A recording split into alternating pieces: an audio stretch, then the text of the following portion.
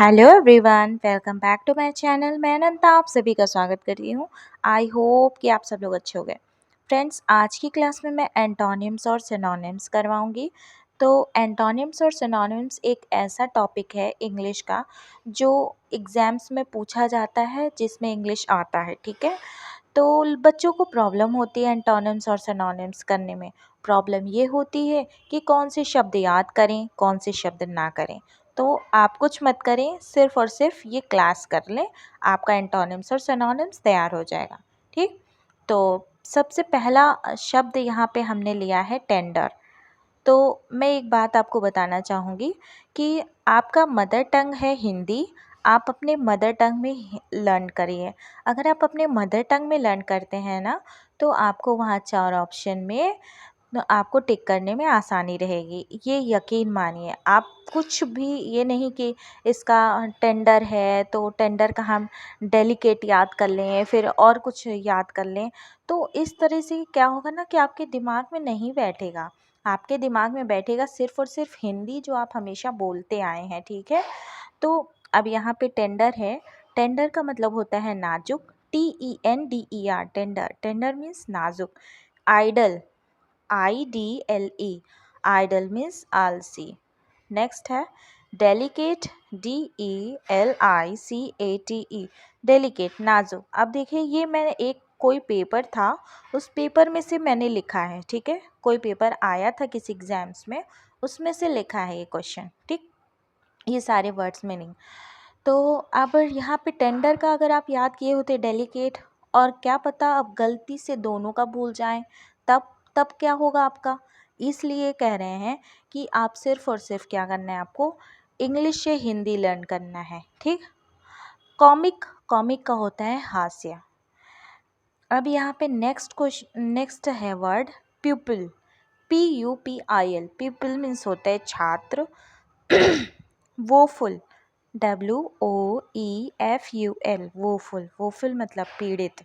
ठीक है, अब नेक्स्ट क्वेश्चन पे, नेक्स्ट वर्ड्स पे आते हैं। नेक्स्ट वर्ड है ware, WARE, ware. Ware means होता है चौकन्ना रहना।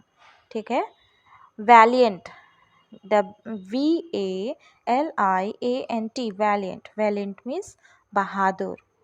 चीयरफुल, चीयरफुल मीन्स होता है हंसमुख होना। कहते हैं ना बहुत चीयरफुल पर्सन है ये। टीडियस, TEDIOUS, ये है TEDIOUS, टीडियस। टीडियस मीन्स होता है थकाने वाला, जो बहुत थका दे, बहुत मेहनत करता है, मतलब जिसमें ऐसा ये काम के लिए यूज़ होता है ना, कि ऐसा काम जो बहुत थका दे हमें। ठीक है, टीडियस। अब नेक्स्ट इसमें है इम्परियस, IMPEROUS, इम्परियस। इम्परियस मीन्स होता है शाही। ठीक, शाही खानदान का, जैसे इम्परल होता है ना, इम्परल इंग्लिश में बोलते हैं, इम्परियस, इस तरह से। टिमिड, टिमिड का मतलब होता है कायर, TIMID, कायर, डरपोक। ठीक है, रॉयल, देखिए अब यहाँ पे इम्परियस का अगर आप रॉयल याद कर लेंगे, तो क्या पता अगर आप भूल जाएं तो कहाँ से याद होगा उस टाइम सिर्फ और सिर्फ आपको मदर टंग दिमाग में याद रहती। ठीक है, क्योंकि एग्ज़ाम जब आता है ना, इतनी जल्दी हमें टिक लगाना होता है, इतना कम टाइम रहता है कि बस, और ज़ुबान पे अगर दिमाग पे रखा ना रहे तो फिर कोई चीज़ स्लिप कर जाती है। तो रॉयल का होगा यहाँ पे शाही। स्परियस, SPURIOUS, स्परियस का मतलब होता है नकली। स्परियस का मतलब होता है नकली। ठीक है, नकली। अब नेक्स्ट इसमें है कमांडिंग। नेक्स्ट क्या है, कमांडिंग, COMMANDING।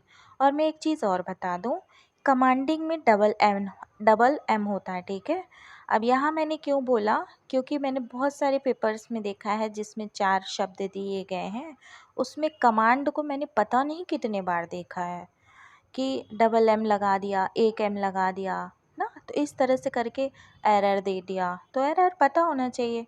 तो मैं छोटी छोटी चीज़ें से आपको यहाँ पे अवेयर कराऊंगी। और हाँ, अगर आप मेरे चैनल पे नए हो तो चैनल को सब्सक्राइब कर लेना, क्योंकि मैं यहाँ पे वही बात करती हूँ जिससे सिलेक्शन होता है। मुझे फालतू के वर्ड्स यहाँ पे रटाने नहीं है आपको कि क्लासेस में बढ़ाए जाऊँ, वैसे भी मेरे पास इतना टाइम नहीं रहता ना। कमांडिंग का मतलब है प्रभावशाली। इनिग्मा, ENIGMA, इनिग्मा मतलब होता है पहेली। इनिग्मा मतलब पहेली। ये सब रट लीजिएगा, ये सब बहुत इम्पोर्टेंट है। शब्दों का भंडार हमें नहीं याद करना है, हमें सिर्फ वही याद करना है जो इम्पोर्टेंट है। ठीक है। डिफ़िकल्टी, डिफ़िकल्टी का मतलब होता है कठिनाई।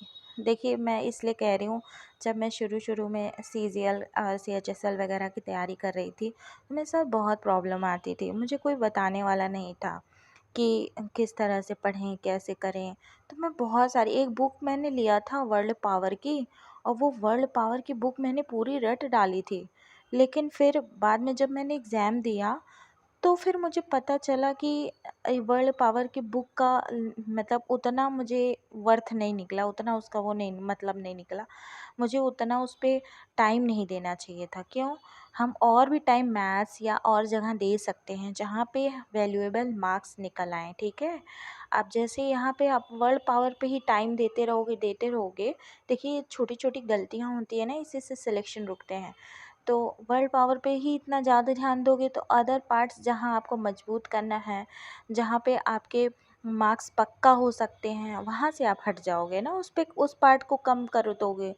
तो इस वजह से यहाँ पे मैं ये बात बता रही हूँ कि आप मैं मेरी क्लास कर लीजिए, जो मैं वन वर्ड सब्स्टिट्यूशन बताती हूँ, ये कहीं ना कहीं से आया है, लिया गया है, इम्पॉर्टेंट है, ठीक है। तो ये सारे वर्ड्स जो मैं बता रही हूँ इम्पॉर्टेंट है और आ ही जाएंगे, ठीक। तो चलिए, यहाँ पे मेन बात ये भी है कि आपको हिंदी में मिल रहा है इसका answer. Mystery, MISTERY, mystery means रहस्य, डिफ़िकल्टी मीन्स कठिनाई। अब नेक्स्ट वर्ड है इसमें लाइबर्टी, LIBERTY, लाइबर्टी मीन्स छूट। ट्रबल मीन्स होता है परेशानी, परेशान। सबटल, SUBTLE, सबटल मीन्स होता है सूक्ष्म। अब ये जितने भी वर्ड्स हैं ना, बहुत बार पूछे गए हैं, अलग अलग तरह के एग्ज़ाम्स में पूछे गए हैं। तो अब इतना आप क्या मेहनत करेंगे कि अलग अलग एग्ज़ाम उठाएंगे फिर पढ़ेंगे? अरे एक वीडियो उठाओ, आराम से देखो, पढ़ते जाओ।